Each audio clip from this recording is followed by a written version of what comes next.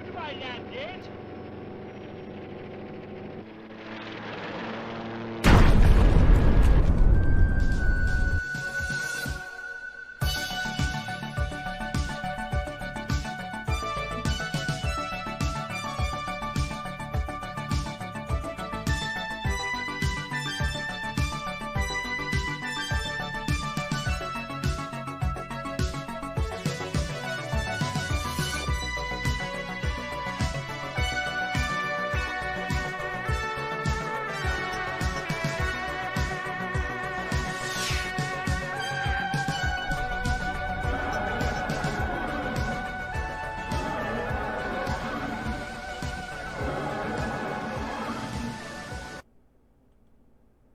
All right. Welcome, ambitious, ego threatening directors,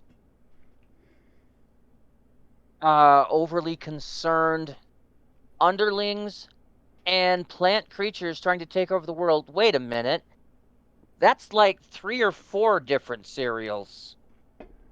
But this is episode 455 of an Unearthly Podcast. Ooh, an Unearthly Podcast, say it right, streaming live on the 12th of July, 2022, and featuring Fury from the Deep, the animated reconstruction, written by Victor Pemberton and starring Patrick Troughton as the Doctor, Fraser Hines as Jamie McCrimmon, and Deborah Watling as Victoria Waterfield.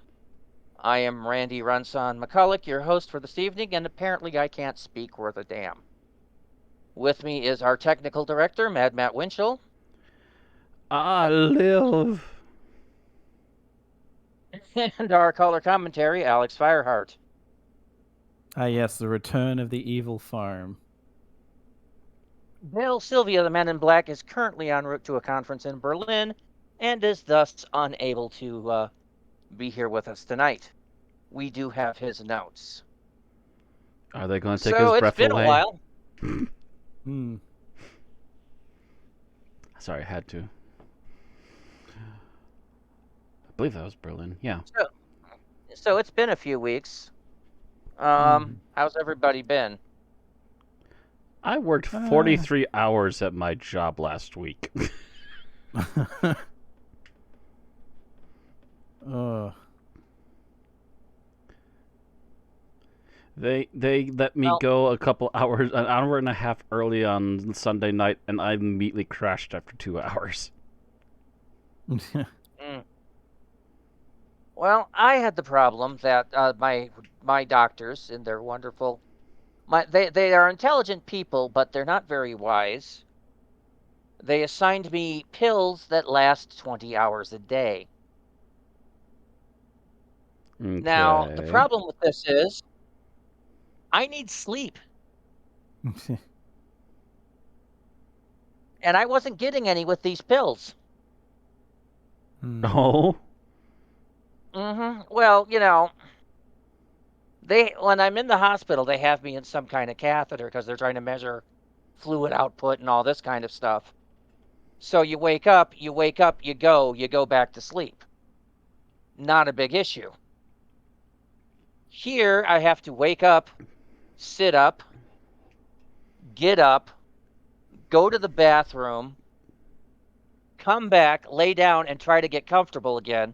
Something that usually takes me about an hour before I can go back to sleep. The problem is with those pills, by the time I'm just dozing off, my bladder is sending me signals that I gotta go again. So I was getting not enough sleep, and if I slide down that hole far enough, I start coughing all the time, and I can't sleep because I can't breathe at night.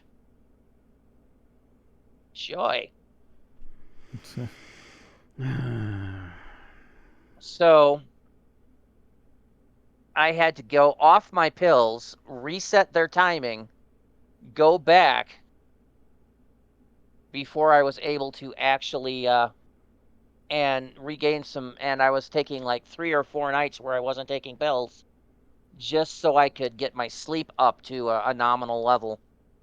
And I had just gotten out of that ditch last week, and I was barely above treading water there, which is why I'm like, I think I'll not show up. Yeah.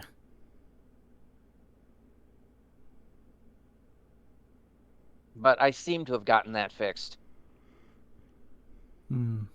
Yeah, I was so damn busy last week. I actually was like, I don't even know if I'm going to have time for this episode. We'll see. I didn't, but it turns out it was canceled anyways. Oh yeah, and Amazon is having their Prime Week or their Prime Day today, and I think tomorrow. I spent $40 and got, what was it? The Guyver, the live action movie. Got used because that's the only way you can get it under $50. Yeah, there's only been one release on DVD, and it's expensive as hell to find any copies. Oh, that's because the movie sucks. Yeah, Even but with you needed Mark to Hamill. understand the sequel, which is really freaking awesome. It's that catch one it's that double-edged sword is what that is. It's just, the sequel's really awesome and really made by people who really genuinely get it and like it and made something really cool, but it needs the setup from the first movie because then you're otherwise scratching your head going, who the hell's anybody? I guess at least it's not the other way around, where the first True. one's great and the sequel's crap. Well, then if there was just the sequel was crap and the first one was great, well, then no one would care, and the sequel would be praised the first one would be praised all the time, and just be ignoring the sequel. Because I remember I heard that Mark Hamill made that movie on the understanding it would never be released in North America. I don't know about that rumor. I would at least assume, if nothing else, he might have been aware or somehow of the Guyver, if nothing else but the fact that he was on Sci-Fi Channel and anime was something that was on there, and there was an 80s anime. Maybe he knew something about it from there. I don't know for sure. But I'm also sure that if they threw enough money at him, that he would have shown up for anything anyway. Yeah, he wasn't exactly A-listing at that point. No, that was kind of his low row. I think that was just before he got the role of the Joker. Yeah, that would have been like a couple of years before he got the Tinkerer on the live action Flash show, then got the Joker right after that. Because that was his upswing.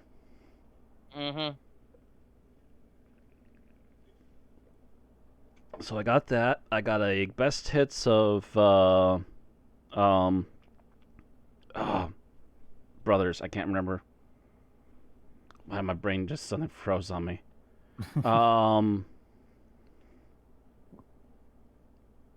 Musician group Brothers. I can't remember now. God dang it. There's too many brothers. I can't tell which one you're talking about. Unchained Melody. Doesn't help me.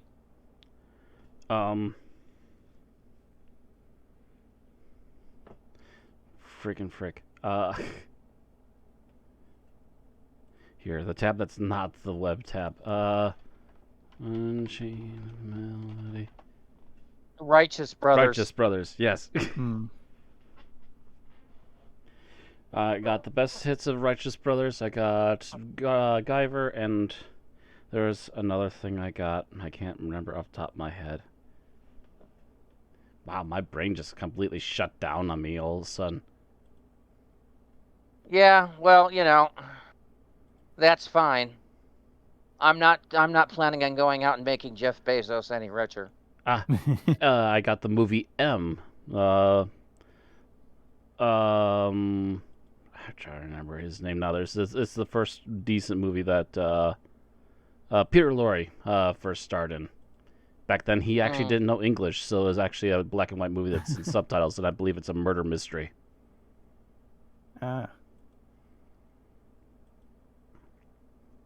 But yeah, that was basically his breakout movie before he became bigger and bigger afterwards.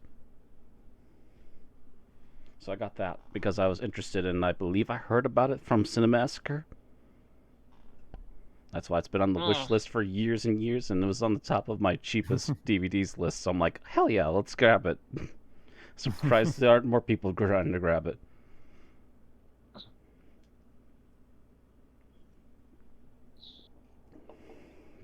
I trust James Rolfe enough that if he's interested in something, I should at least look into it.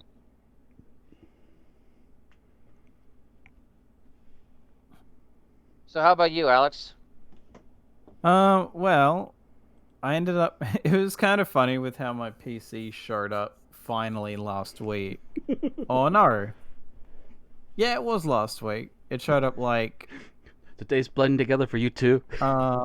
last Monday.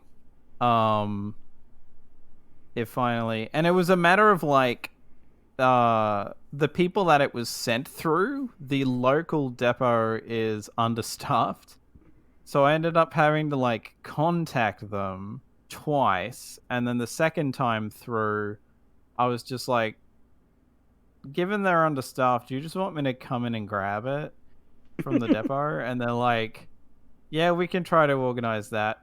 But then like a while later, while waiting for the call to say, yes, you can come and grab it now because we've sorted it, I go over to the main house, and my dad's like, oh yeah, your PC showed up. I was just like, oh, okay, I guess they just decided, fuck it, we'll just deliver it. But fuck it, it finally even got on the top of the list. Yeah. Never mind, we're not going to contact them. They'll get dropped off anyway. Yeah, like it showed up like 5 days late because of that. But at this point, I'm just like glad I have it. And Oh, I haven't right. done. I'm still waiting for that Death Dealer figure. Dang it. Like I haven't done too much with it. I've done a handful of streams from it with 0 frames dropped that I can tell. So that's nice. Thumbs up. Yeah. Speaking of which, still doing good for 13 minutes in.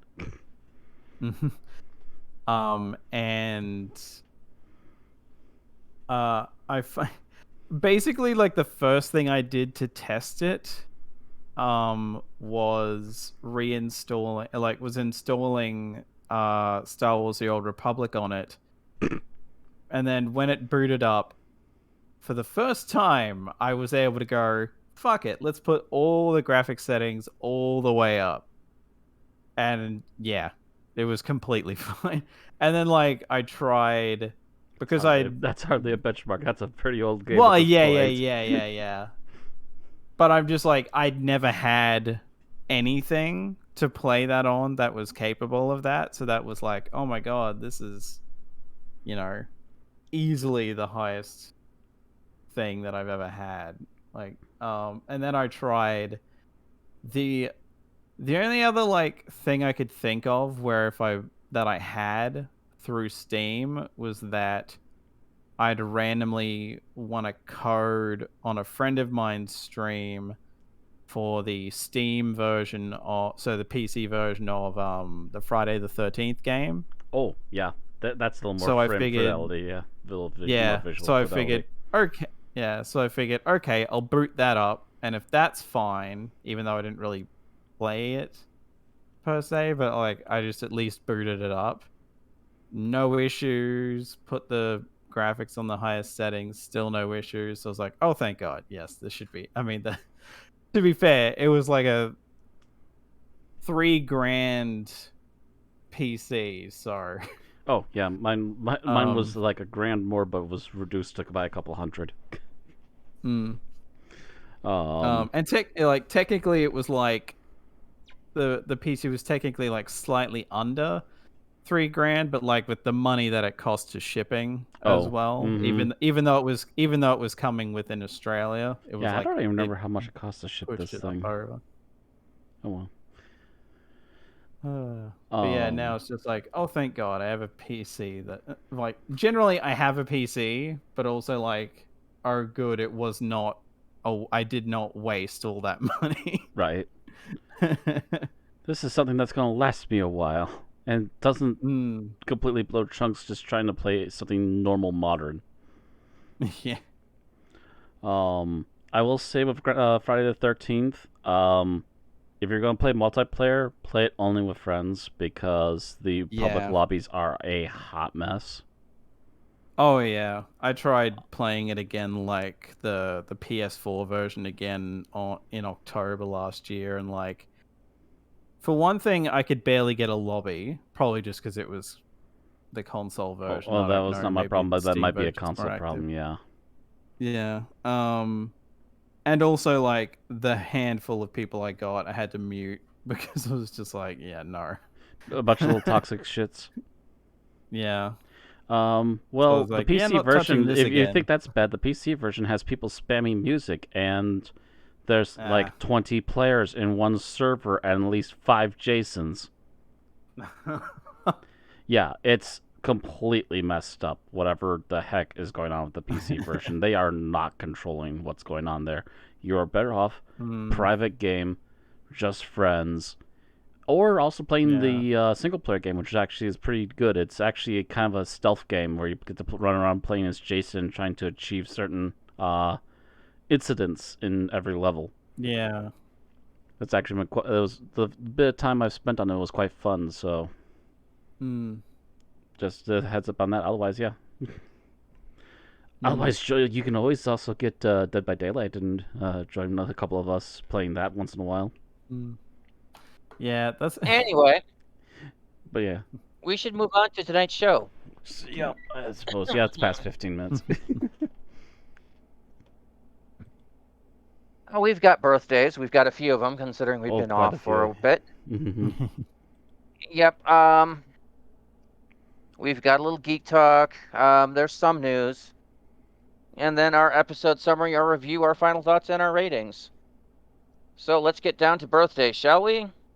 Starting back at June 29th. That was the birthday of Maureen O'Brien, who played Vicky in 1965. She turned 79. Keeping on. Moving on to July 1st, Ace Body, who played Haresh Chandra and Sarah Jane Adventures. He turned 52. Next, we say one of our honoraries, David Prowse, who played the Minotaur and the Time Monster, but is better known as the guy in the suit for Darth Vader. Would have been 87, but he died in 2020 at 85. Only Prowse was strong enough to throw the Emperor.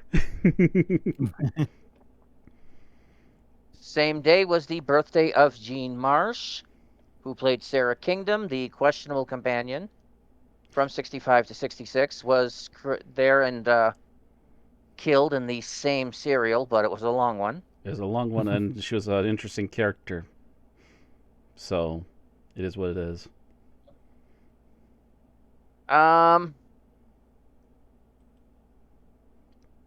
Then we have the 4th of July was Marcus Wilson, a producer from 2011 to 2012, series producer from at 2013, turned 49. The 5th saw the birthday of Philip Madoc, the Warlord, and various serial and movie roles, 1966 to 78. Would have been 88, but died in 2012 at 77. July 7th sees the birthday of John Pertwee, who was the Doctor from 70 to 74. Would have been 103, but died in 1996 at 76. The 8th sees the birthday of Eric Chitty, the coordinator Engen, in 1976 as the Deadly Assassin. Would have been 115, but died in 77 at 70. The 10th sees the birthday of John Sim, the Master from 2007 to 2010, and returned again in 2017, turned 52. Same date is the birthday of Jamie Glover, who played William Russell in An Adventure in Space and Time, and then proceeded to do Ian Chesterton in Big Finish. And then finally, Jackie Lane, who played Dodo from 1966, would have been 81 but died in 2021 at 79. And then finally, Today, the 12th, sees the birthday of Tom Price, who plays PC Andy Davidson in Torchwood. He turned 42. Got his own mini-series on Big Finish now. Yeah. Ooh, that was a lot to get through. Quite Normally, the I'd say happy birthday to all of them, but I would be there for another minute. list. Um, Happy birthday, all of you. There.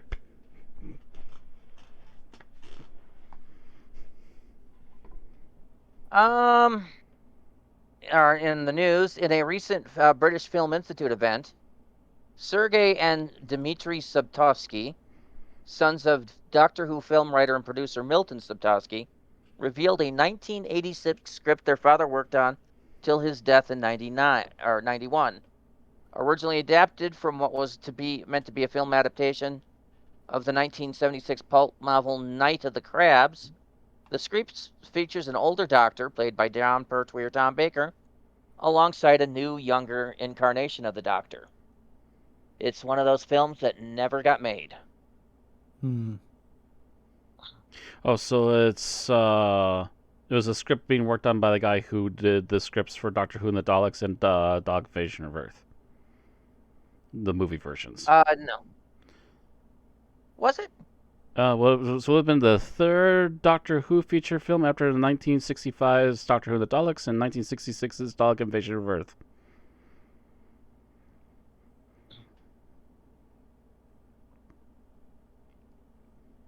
Oh yeah, he did write the movie versions of those.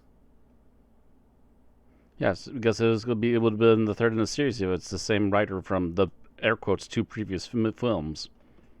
Mm-hmm. So he would have actually had to go back on what he was saying in the previous movies and actually make the Doctor an alien. I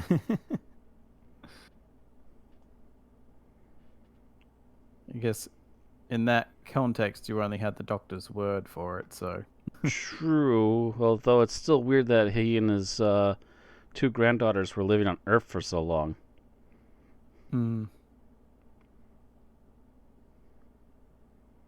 There'd have to be a lot of explaining to do. Mm-hmm.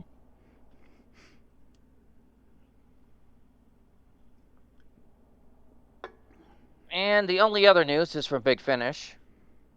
They've got two new releases. The Seventh Doctor Adventure, Silver and Ice, which was released on the 29th of June.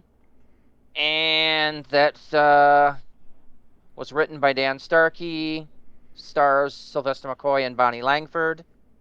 And the Second Doctor Adventure Beyond War Games was released. Two stories written by Mark Wright, Nicholas Briggs, and Andrew Smith, and starring Michael Troughton and John Colshaw.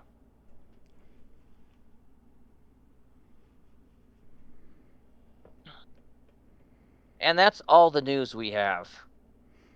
Alrighty. So that goes into Geek Talk then. Yes, it does. And there's only one thing to talk about in Geek Talk because the other thing was Bill's, and he won't be back till next week. Oh, so Bill's was the Thor one? Yep, I haven't seen it yet. Alright, so closing that off, and Star Trek Strange New Worlds. Star Trek Strange New Worlds finished its 10-episode run last Thursday, and I had done an initial review early on, and I said, this is probably the best Star Trek we have seen in years, and I still hold that opinion after watching all 10 episodes. There were a couple episodes that dipped down into mediocrity, but every season of show has a few episodes that are not as good as the others. Yeah, no show's But perfect. most Not of the every episode's going to be a barn burner. Right, and the thing is, a lot of the episodes here were just wonderful. You came out of each episode wanting to see the next episode. I came out of 10 episodes wanting another 16. Anson Mount is brilliant as Captain Christopher Pike. I even enjoy the person that's playing Spock.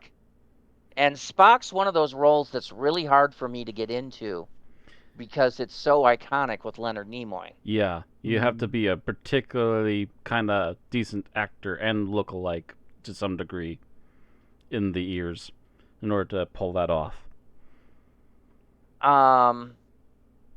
We even have young Cadet Uhura on the show, and I she was was a treat. I was hearing tidbits of that, but I hadn't heard anything specific about it, other than that she's there, and apparently people were liking it. So, Yeah, she was a treat. I mean, she was there, was her last year in the academy, and they put you on a ship to learn how things are done. mm-hmm. So she was assigned to the Enterprise, and she had a nice little character arc. And again, there's other characters you would know from the original series: Christine Chapel, Dr. Mbenga. It's pretty interesting, and even the characters that are new for this are decent characters that you like, and they all got a chance to shine a little. All right. And yeah, you immediately come off of this 10-episode run going, oh God, it's going to be a year until season 2. It's great. It feels like old Star Trek. The Why do you intro leave us feels hanging like on this old. show? I mean, I literally got goosebumps the first episode when you hear that familiar few notes being played and a voice going space, the final frontier. And it's you're hooked after that. It's on Paramount Plus at the moment. It's wonderful. It's probably one of the main reasons to get Paramount Plus, unless you're also fond of Beavis and Butthead, which is coming to that streaming service pretty darn soon. It is just a wonderful show. It blows away Discovery. It blows away Picard. Even blows away Lower Decks. It's just head and shoulders above the others. You watch it and you're just like, yeah, this is what Star Trek was about. It's taken the Gorn, if you remember the Gorn from Oh the yeah, original I series, heard some minor talk about that. They upgraded Gorn big time. Apparently, it gives some lore. and made them some serious badasses. They're kind of the big bads for this season. They get multiple episodes, and some of it's pretty freaky. It's if perfectly enjoyable though. Alrighty. I can't recommend it more, especially if you're an old school Trekkie like I am. And People that's all done I have to right. say about that. Alrighty. So with that done, I guess it's up to introducing the episode today. Mm-hmm. Oh, the summary, and that's me. Alrighty. Whenever you're ready. Give me a second. I want to pull up the wiki page just for names. I don't blame you on that one. All right. Give me a countdown. All right.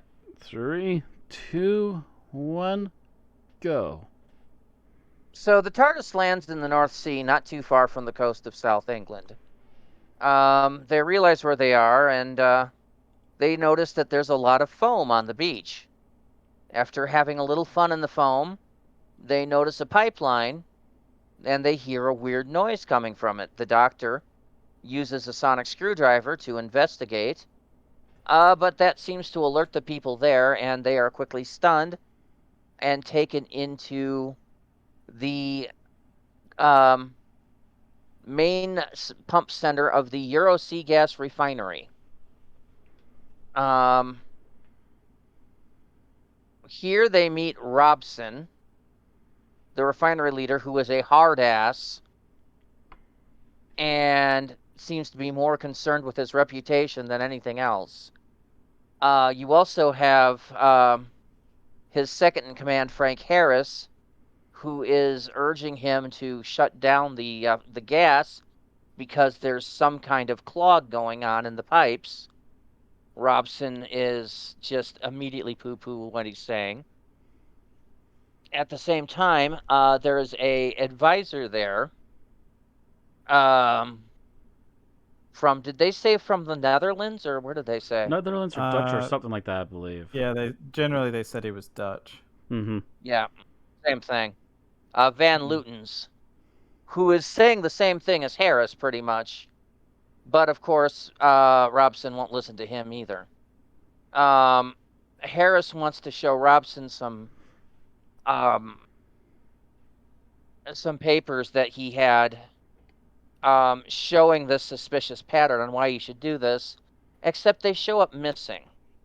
He calls his wife Maggie and has her go to grab them, but when she finds them on his desk, there's a piece of seaweed in there which stings her, and she grows ill. And after calling Frank Harris, she collapses, which of course begins to distract her. Mm. Meanwhile, um, they're losing contact with the rigs out at sea. First, I think it was Rig D, Mm-hmm. and then Rig C. They slowly lose contact with. They briefly get a hold of one who they can barely hear as it's telling them there's no problems, everything's under control, and then goes silent again. The the gas nearly causes an explosion, but was quickly vented.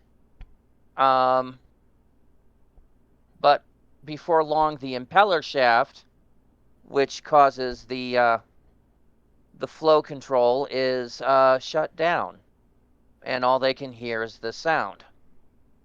The doctor, who was initially a prisoner, gets released to check on Mrs. Harris.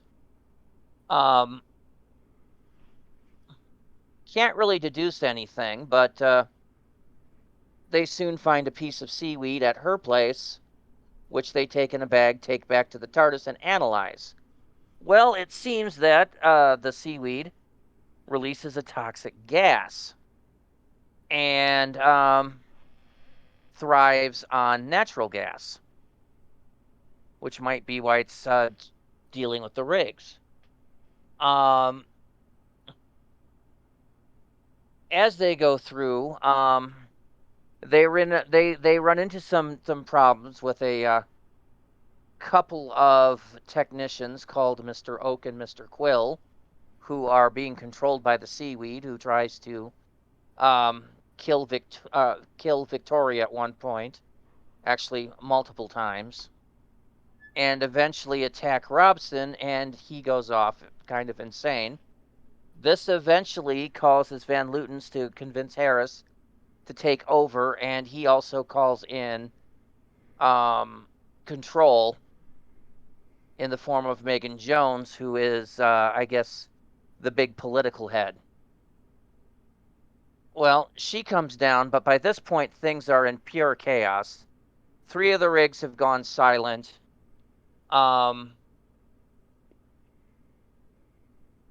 People are missing left and right. And only the doctor seems to have a partial solution that it's the seaweed that's causing this. Well, shortly thereafter, the seaweed begins to attack, and they believe the doctor's right. First, the doctor believes that the seaweed can be stopped by using pure oxygen. But Mr. Quill and Mr. Oak has sabotaged all the spare oxygen tanks in the facility. Robson shows up, kidnaps Victoria, and takes her out to the main control rig. The doctor and Jamie follow in a helicopter, and basically it was a trap to capture the doctor, which was stopped when Victoria screamed and caused them physical pain. They quickly escape in the helicopter, and with some guidance get back to base.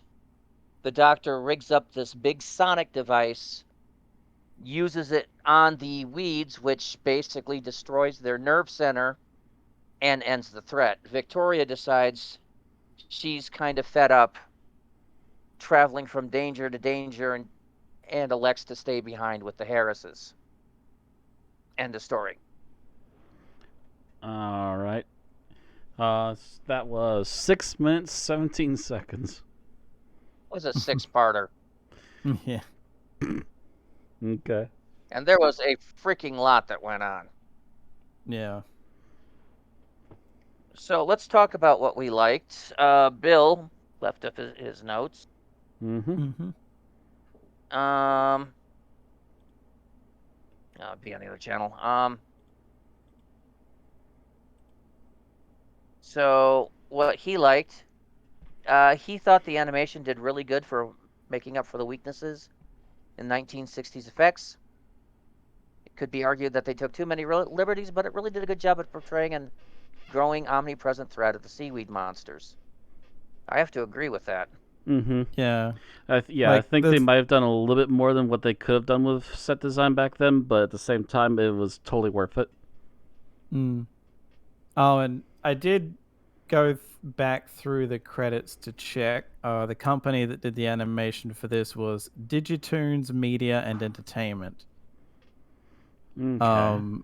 Who apparently have done work on. I'm not sure about like stuff they've flat out done everything for, but they've apparently done animation for Rise of the Teenage Mutant Ninja Turtles, something called Solar Opposites, Rick and Morty season 4, stuff like that. I don't know like how much of the work they did, but those are like some things they've worked on at the very least. Yeah. So they got a little something to them, at least after this, I assume, because I think this is that means that means that they're actually doing modern production work if they're doing like. Mm-hmm.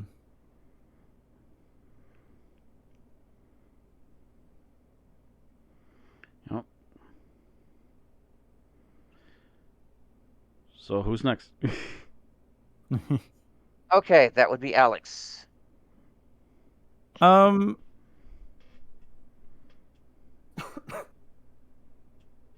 As much as I might pick like a specific, I'll basically talk about it in like a broad sense, because I feel like there are probably scenes that I could choose from for a favorite scene, but honestly, I liked the general handling of Victoria deciding to leave. Like, I know reading through Bill's stuff, he thinks that they kind of hammered it in a bit too much, but I guess I just mean like the final stretch. Like dedicating a good like 10 minutes or so like to going over that. I honestly believe, like, to me, like the first time through, I feel this is one of my favorite companion departures that I've actually seen.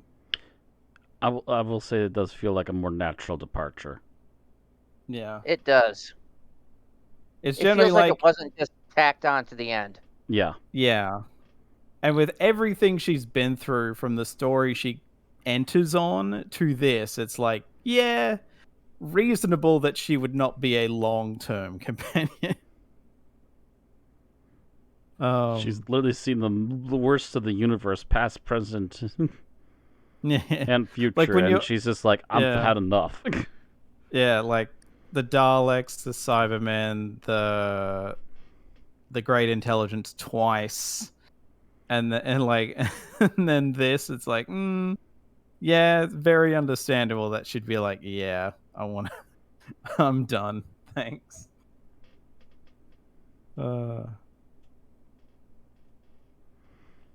Whoa. Digitoons did the animation for Adam Ruins Everything. Cool. Sorry, that's an actual show I watch. Yeah. Anyway, Matt, you're next. General thing I liked about this episode. So obviously previously we only saw this in stills. Having the decent backgrounds and long shots of area shots done to the creepy music and other sound effects, totally a huge improvement to set the mood to. The animation of the characters wasn't bad per se, but it wasn't like top notch, 100% full budget on the animation. But you can definitely tell these guys knew how to do stills and backgrounds that can move and stuff like that, and do some decent detail with them. And when the music hit, they always knew to pull out a decent background that would match the mood of the whatever music was going on before it panned into whatever was going on in the next scene.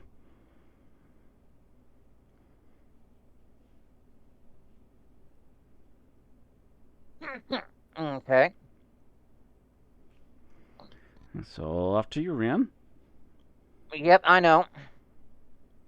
I got to figure out what you left me.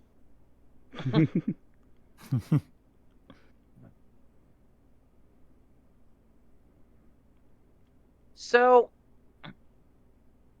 all in all, I like the fact that you did get to see some expressions in these characters. Oh, As opposed to like perpetual scowl, perpetual mid-tones. perpetual bitch face that we got with what's his name? Ben. Peter Purves. Yeah, Ben. Yeah. Dull surprise.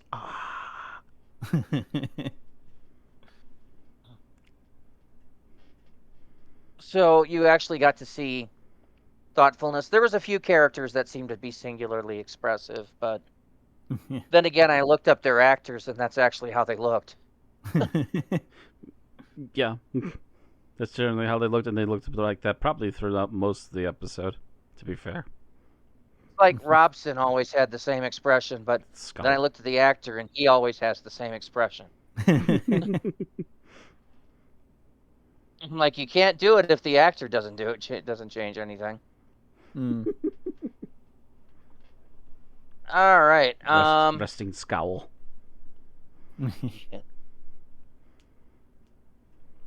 So least favorite, and I guess that goes like to I Bill. said, massive bitch face. Mm-hmm. Yep, we go back to Bill for dislike. You know, there was a color version of this, you know. There are arguably too heavy-handed with foreshadowing Victoria's departure. At one point, it seems she complains about her travels every 5 to 10 minutes. Maybe it's because nobody's actually listening to her, but it seems a bit excessive when it's that repetitive and variable in the message. I don't know that's every 5 minutes. I don't know where he's getting that feeling from. I can kind of get where he's coming from, but at the same time, as I brought up, with all the shit she's been through, I can feel like this is just like the breaking point. This is just the straw that broke the camel's back.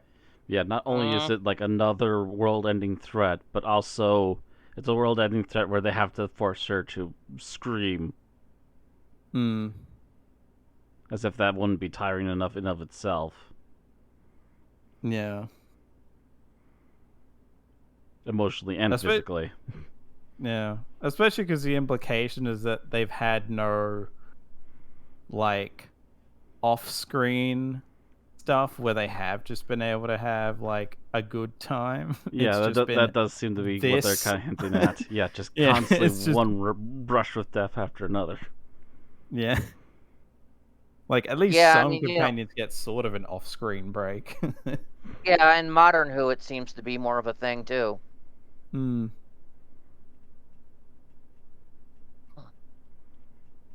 All right. So, Alex, what did you dislike?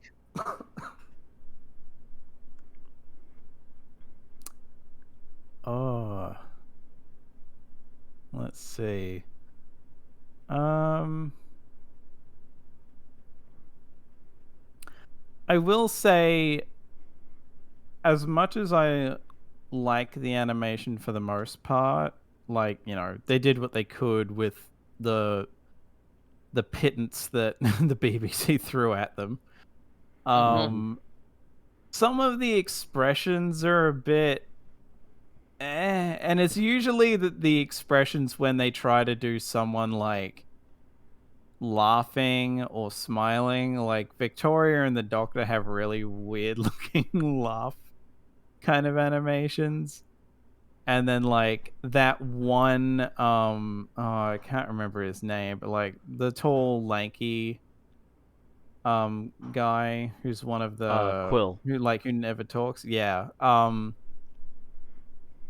Quill is just like every time he sort of smiles, it looks like this really goofy 1940s animation that you'd see in like a Looney Tunes cartoon. Well, it is kind of looked meant like to be a a rodent. creepy, goofy smile to begin with. Yeah. But it's just like, that feels a bit too cartoony. At the same time, I'm pretty sure that's probably what they were aiming for in the original anyway. Could be. I mean, he's literally held back by the fact that he can't talk, apparently. Or at least he never does that we're aware of. Yeah. Apparently, he's further into the whole gas thing than the other one. Yeah.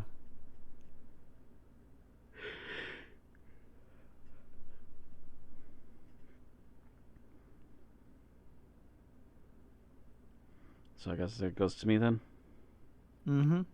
Yes, it should go to you next. Alrighty. Least favorite thing.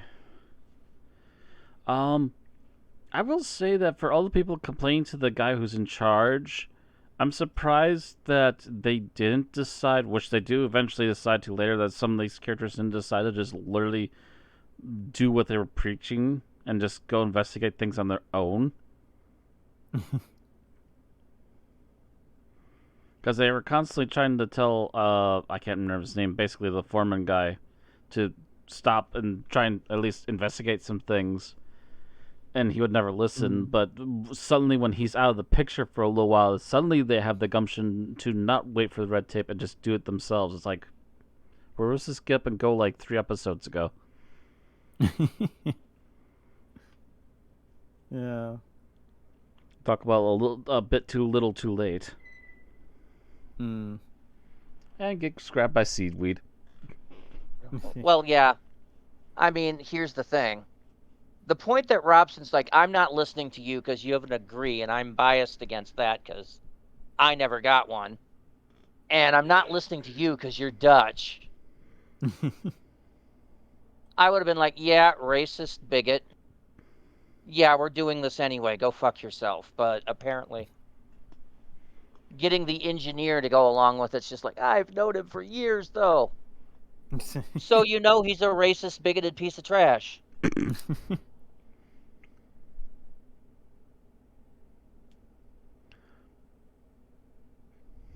That's your... Well, no, I'm just going Oh, off of yours. I mean, okay. you know. Well, again, mine wasn't so much that, but it was the fact that these guys who were having issues trying to get through to this guy, didn't just go off and do the thing on their own. Anyways, like The 3 thing is, episodes the sooner. thing is, they needed approval from certain people, and the other people were like, "No, I'm going to do what Robson says." Like the chief engineer guy and the impeller shaft. They kept saying, "We need to send somebody down into the shaft." He's like, "No," because Robson says no. And that kept stopping them from doing it behind his back. Yeah. But at the same time, the one guy admitted that he has the run of the place, so he could have actually just taken that initiative himself. Again, still episodes ago, if he really wanted to. Well, you didn't want to be in the impeller shaft when it was running. I suppose if it was so, not the first episode, but still at least an episode or 2 sooner. Anyway, so my issue is, while I understand 60s was the age of electronica music, some of the music kind of transcended music into noise in this episode. Depending upon the scene, Like in particular when they're stayed on the foam and the seaweed. Yeah. when they were on the foam and the seaweed, when it was like outside the Harris's house, that was giving me a headache. I'm like, ow, ow. It was funny to me because like the thumping sort of heartbeaty kind of noise that they keep using for that. I was just thinking, I'm waiting for someone to have done a dance remix using this because that's what it sounds like.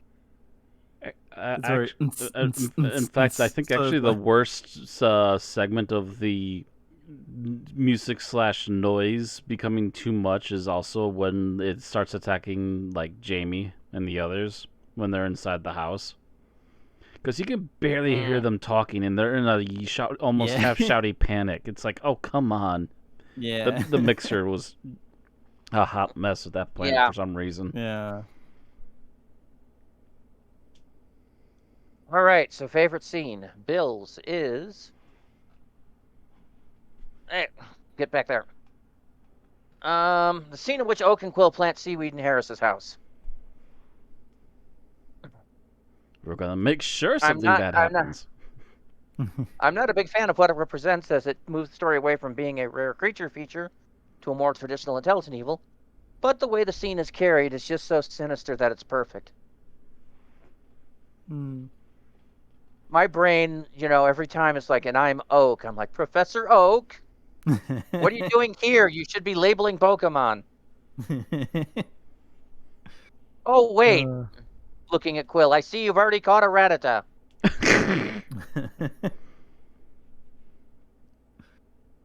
All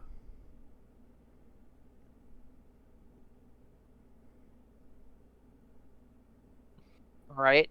Alex, how about you? Your favorite scene? Really for me, it's a matter of just picking something from the last 10 minutes. So I'm probably just going to go with the little talk between Victoria and Jamie. Because I feel like the first time through, that really hit me emotionally, and I remember being like, wow. I did not expect to feel so much from this, especially because there is kind of an implication earlier and then in here that they were possibly developing feelings for each other. Yeah, romantic feelings. And then it just gets cut off. Yeah, which is how you do it, modern nerd. And actually, if you go back through several episodes, you always see that Jamie's trying to impress Victoria. So, yeah, I always think he had a thing for her, and then she chose to not go on. Yeah. And I think it was only just starting to dawn on her that maybe she was also starting to have a thing for him, but she could not live that life anymore. Yeah.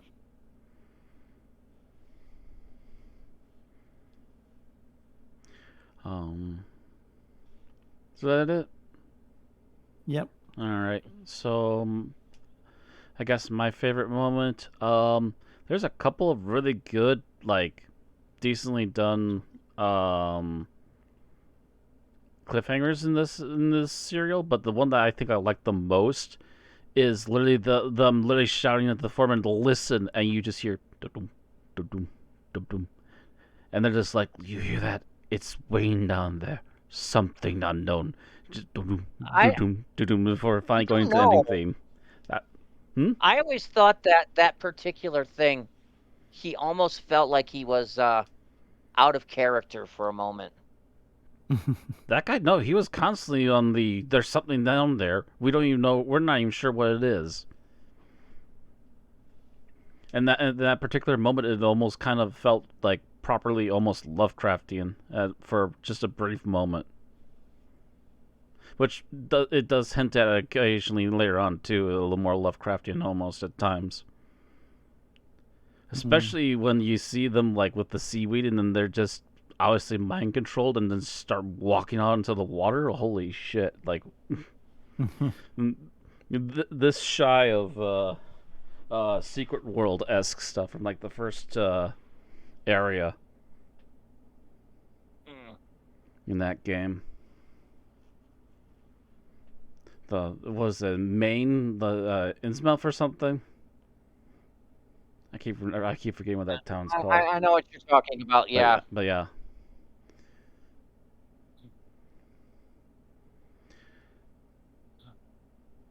Love me some good All tension. right. So But anyways, yeah. my favorite scene.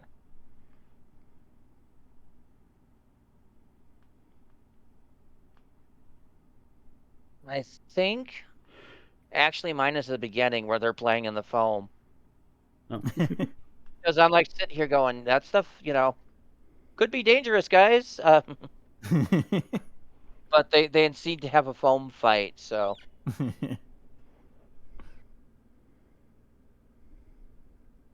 thought that was kind of cool. And so now we're at least favorite scenes. Animation was not very protective, portraying the scene where they were flying in the helicopter and kept yelling. They were flying relatively stably, not jerking around all that much or being physically attacked, and the audio doesn't quite fit with that.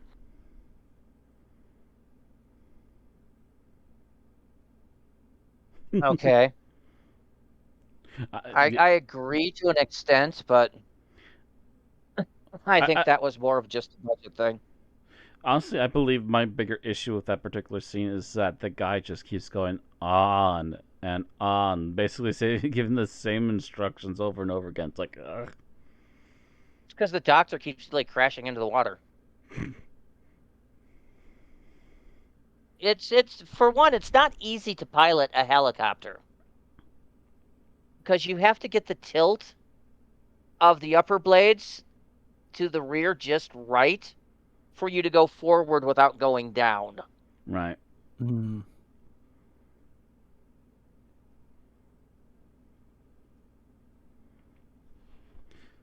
This is the helicopter doctor, not a brick. Right? So, Alex, your least favorite scene? I will say the thing that came to mind first was just a matter of I prefer the surviving clip to the animation done for it. But the scene where Mr. Oak and Mr. Quill do like the open their mouths and spew out gas to knock that woman out. Mm-hmm. Just because like the look on Mr. Quill's face in the live action is fucking terrifying. So it's like, okay, yeah, you're probably never gonna be able to recreate that as well in animation, but it also is just kind of like, it's a hell of a lot creepier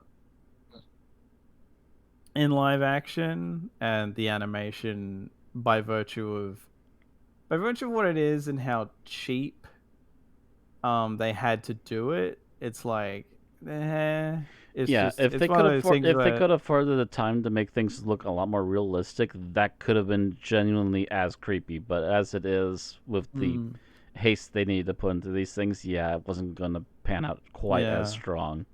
Yeah, especially because like you start like zoomed out a bit and zoom in as he is opening his mouth initially.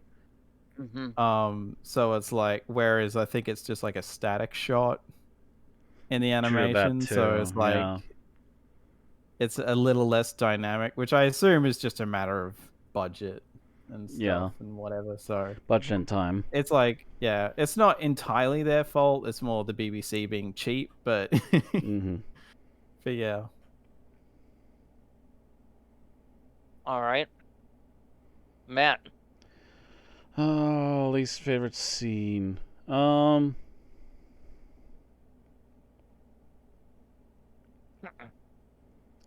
to think.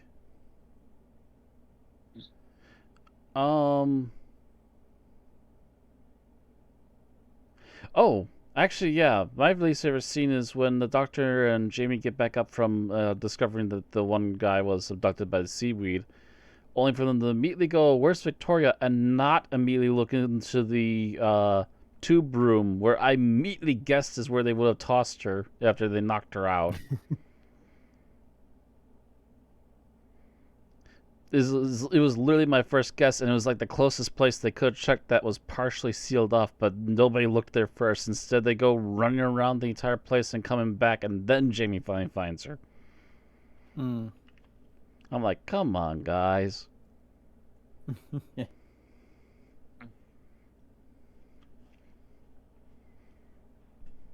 was something vaguely Scooby-Doo about that. Yeah.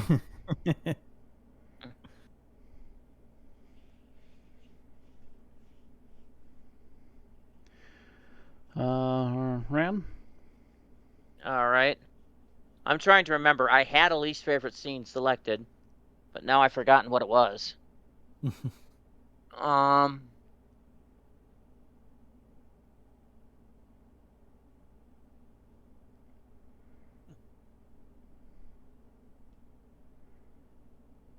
I think it's the point where the Dutch guy goes down into the impeller shaft to look. And it's like, you're going alone? Yes, I must. It's like, can't you even get a security guy to go with him? Yeah. At least some sort of red shirt that could get grabbed before him. Yeah. It just seemed very contrived. Mm.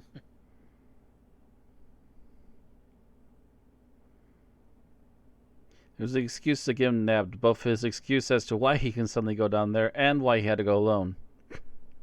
Yep. Mm. It's like I said, it felt very plot contrived. Mm-hmm. All right. So, final thoughts. Bill's is apparently the animation took quite a few liberties with the story. Most seemed to be for the betterment of the story, and I would be interested in accompanying or comparing the telesnaps to comparable scenes at some point. They did make some scenes weird, like when the Doctor acknowledges Rodson, but the animated version had a bunch of people standing next to him that the Doctor ignores. Despite this, the animation definitely helped more than it hindered, especially in comparison to telesnaps. The other awkward thing about this episode was the emphasis on Victoria's screaming. On one hand, it underscored her concerns about living a life of constant terror. On the other hand, it could have just been a scene or two and they would have used a synthesized sound for the actual weapon. It doesn't appear to have been intentional, but it was a stroke of serendipitous genius to introduce the sonic screwdriver in an episode in which sound kills off the enemies. Overall, I think this was a pretty good story in this format. Alex, your final thoughts. Honestly, I'm really glad that I got to see the few Victoria stories we had done prior to this, as far as watching the reconstructions, because I don't feel like the ending of this would have hit anywhere near as hard. Had you not known but- who Victoria was? yeah, Mm-hmm. like there are it's similar to where by the time we did the Green Death, I had already seen enough of Joe Grant to really like her, so her leaving had some weight. And this is another one where I just feel like this is easily one of the best companion exits I have personally seen. So that includes like all of Modern Who and like honestly, there's a lot more companion exits I have not seen in Classic, but to be fair, given most female companions in Classic basically just get randomly paired off with someone or whatever, or in like at least in 2 cases die. you know, this is I'd have to actually like rewatch I'm blanking on the name. The one where Tegan leaves. That'd be Resurrection of the Daleks. Resurrection of Right. Daleks, and she was. I will say it's probably the closest to this exit that you'll get at that point too. Yeah. Because she was definitely showing signs of wear and tear, and you can honestly see why if you've been paying attention to her run on the show too. Especially because she had a longer run. A longer run, I mean, and just as many horrible things in between. Yeah, like with all the So- shit that Victoria put up with, she didn't have to be possessed. Right. Do you want an interesting aside here? As of 1989, all of Victoria's serials were missing. Oh wow. Yep.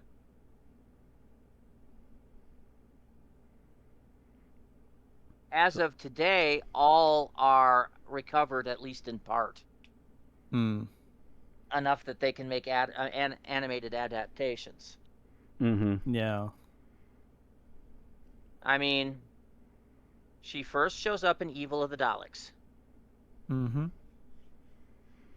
Which, as we said, they've made an animated reconstruction of that one. Yep. Next one was Tomb of the Cybermen, which wasn't found until 1992.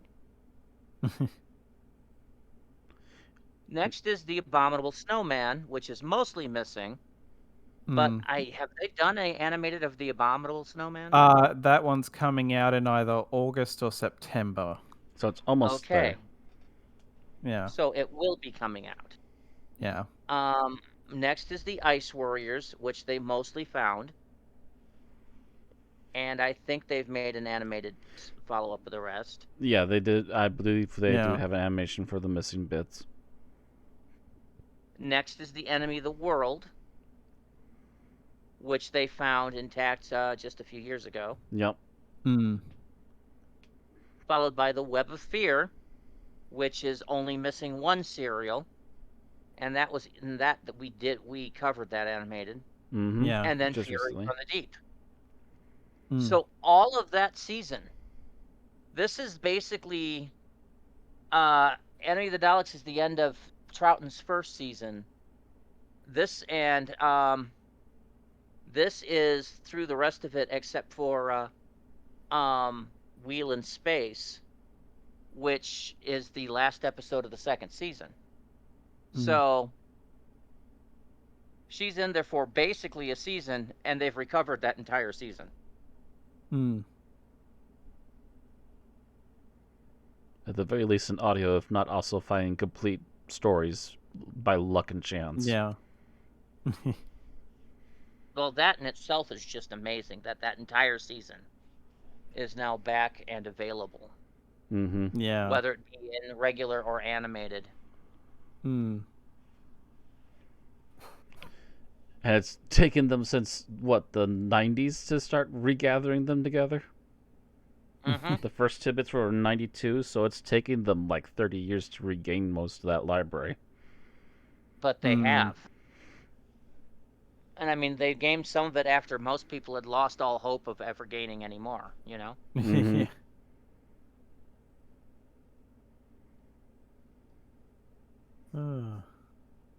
Anyway, I just thought that was a little interesting tidbit. Interesting thought, yeah. Yeah. As you mentioned, it would be interesting. Back when I was watching Doctor Who, on PBS, it would go straight from the War Machine, to the Dominators. That'd be a jarring jump. Because there were no intact serials between those two. And then it would jump from from there to I think the Mind Robber was in there, but after that it would go to the War Games. Yeah, Mind Robber then War Games. There wasn't very much left. Yeah, because none of the rest of it was there. The invasion wasn't found until 95. And even then, it's only been a couple episodes found. Yeah, and enough that they made an animated reconstruction, but still. Mm-hmm. Yeah. It's, there was not much left of Troughton's era. Mm. And they've managed to pretty much tape it back together. Because, yeah, it was that, the War Games, Spearhead from Space. And then I think they would skip the Ambassadors of Death because they didn't have a color version until they colorized it, and then... Yeah. That was Doctor Who.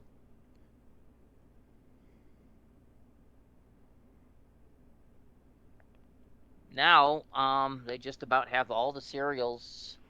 They're slowly working their way through the backlog. Mm-hmm. We'll eventually have all the serials reconstructed. Pretty soon, in fact. Yeah, which I do wonder if they're holding off on something like the Daleks' master plan until last because it's the longest one. It's gonna be, that's gonna be the long one. That's gonna take a lot of money. That's the longest one, and there's like I think a available episode of that. I'm not even sure if there's even a full episode. There's maybe a couple little clips here and there at best. It's whatever. It's going to be a massive undertaking for animation. Mm-hmm. Yeah. They're gonna probably have to go to their in-department, the in-company animation department to do it, and they'll have to spend a pretty penny, even for cheap animation, to get it done. Episode 2, 5, and 10 survive, but the rest are missing. So 3 out of 12. 3 out of 12.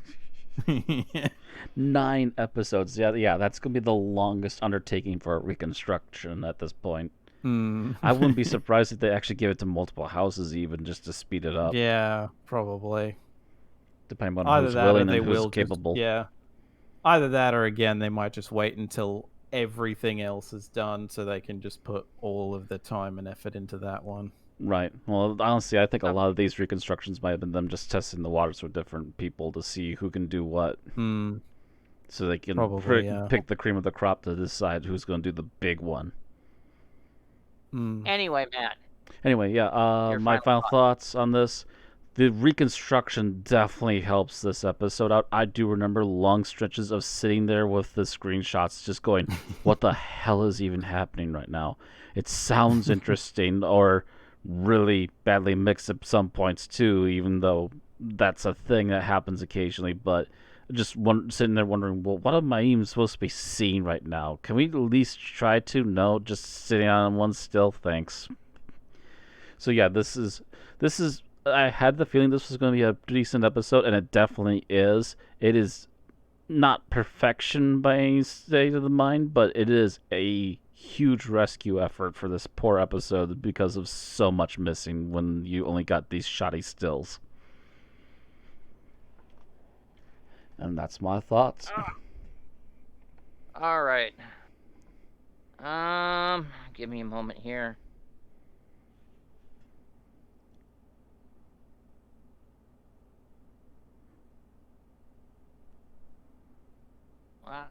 Okay.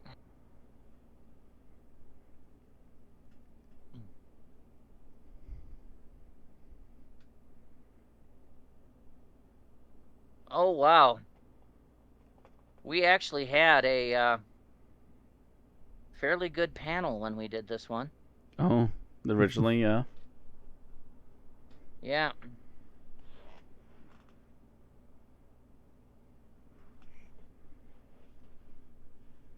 Let's see. I assumed the usual 3 suspects, but who else did we have? 4.0. Hang on, I'm transcribing the vote. Aaron gave it a 4.0.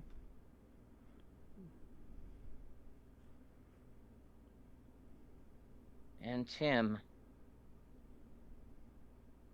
gave it a 4.5. Our usual high Tim. I bet you he would have given this a 5. Hmm. Okay. Now that I have the original scores down, Bill's original score was a 3.0. All right. He has since updated that score to a 4.5. Mm.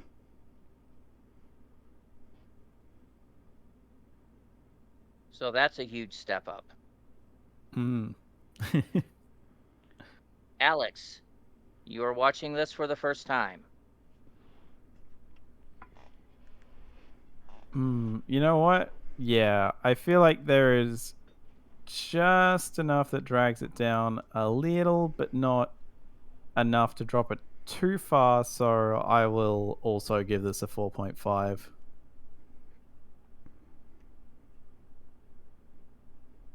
All right, Matt. Your last score was a 4.0. I believe of a lot of these, I did see some promise in them, even though there was some very annoying stretches, and I probably set the time, like I did multiple times with a lot of audio clips. I'll probably give it a full point up if it gets animated. Full point, 5 stars. Give it to it. There's a lot of really good great. mood pieces that saved it, even despite any issues I had with it.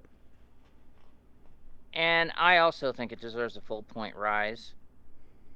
From my original 3.5, I will up this to a 4.5, which will average this to a 4.5. Wait. Yes. With Matt's 5 and Aaron's 4. That will give this a 4.5. Balance. Which will now, put this... this also means that Aaron needs to see it now.